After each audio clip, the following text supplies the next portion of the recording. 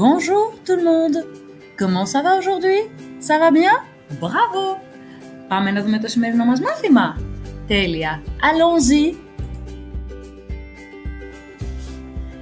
Qu'est-ce qu'on mange à la cantine aujourd'hui? Τι θα φάμε σήμερα στην καντίνα του σχολείου?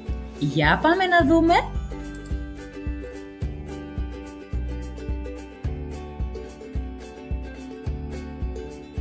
Qu'est-ce qu'on mange au petit déjeuner?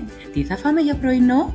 Α, ναι, du lait, γάλα, du thé, τσάι, du pain grillé, φρυγανιά et un croissant au beurre και croissant au τυρού. Και τι άλλο θα φάμε για πρωινό σήμερα? Α, ναι, du pain au miel, ψωμί με μέλι, un œuf, αυγό, un toast, ένα toast, ou du jambon ή jambon.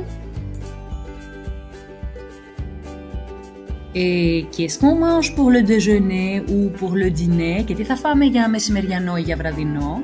Για πάμε να δούμε. Du hamburger, ένα hamburger, du fromage, τυρί, du poulet, κοτόπουλο, ou du poisson, ψάρι. Και τι άλλο τρώμε για μεσημεριανό ή βραδινό? Πάμε να δούμε. De la pizza, πίτσα, du steak, μπριζόλα, des frites, πατάτες τηγανιτές, de la salade, σαλάτα, et des pâtes à la sauce tomate, μακαρόνια με σάλτσα ντομάτα.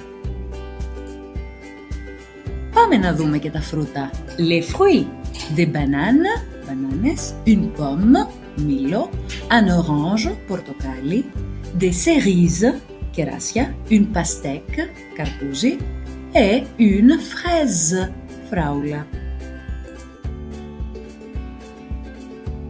Και τέλος τα επιδόρπια. Qu'est-ce qu'on mange comme dessert? De la glace, παγωτό, du chocolat, σοκολάτα, du gâteau, γλυκό, du jus de fruits, χυμό φρούτων.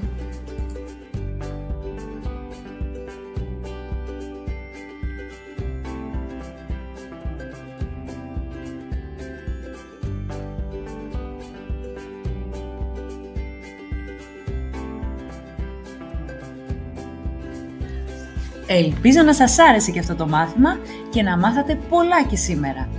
Bravo les enfants! À bientôt! Created using Powtoon.